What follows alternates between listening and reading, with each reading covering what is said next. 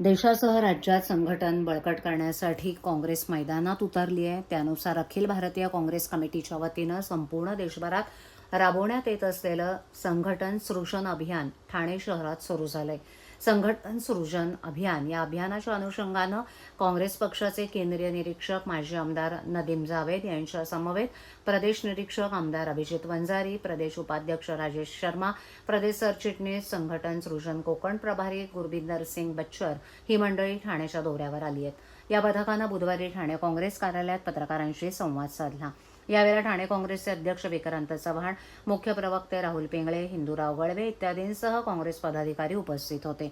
यावेळेला केंद्रीय निरीक्षक नदीम जावेद यांनी कशा पद्धतीनं संघटन सृजन अभियान राबवण्यात येईल याबद्दल माहिती दिली.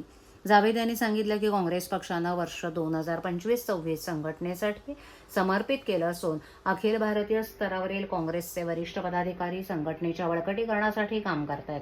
त्याच अनुषंगानं केंद्रीय पथक ठाण्यात आलं असून पुढील 4 ते 5 दिवस प्रत्येक मतदारसंघात आणि ब्लॉकमध्ये जाऊन काँग्रेसच्या सर्व स्तरातील पदाधिकाऱ्यांशी संवाद साधणार आहेत.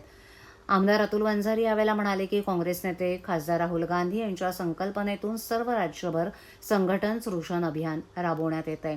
प्रदेश आणि शहर पदाधिकारी, विविध सेल, ब्लॉक आणि ब्लॉकस्तरीय सर्व पदाधिकारी, सर्वसामान्य कार्यकर्ते यांच्याशी वैयक्तिक स्वरूपात संवाद साधून मतं जाणून घेण्यात येतील. नवीन जिल्हा अध्यक्ष आणि अन्य पदाधिकारी कशा पद्धतीचे असले पाहिजे त्याची निवड करण्यासाठी आम्ही या ठिकाणी आलो आहोत. या गुरुवारपासून पुढील 4 दिवस वेगवेगळ्या विधानसभा क्षेत्रातील पदाधिकाऱ्यांशी केंद्रीय निरीक्षक वैयक्तिक संवाद साधून 20 ते 21 एप्रिलपर्यंत अखिल भारतीय काँग्रेस कमिटीकडे अहवाल पाठवला जाईल. त्यानंतर 10 मे पर्यंत जिल्ह्यातील नियुक्त्या जाहीर केल्या जातील असंही वंजारी यांनी स्पष्ट केलंय.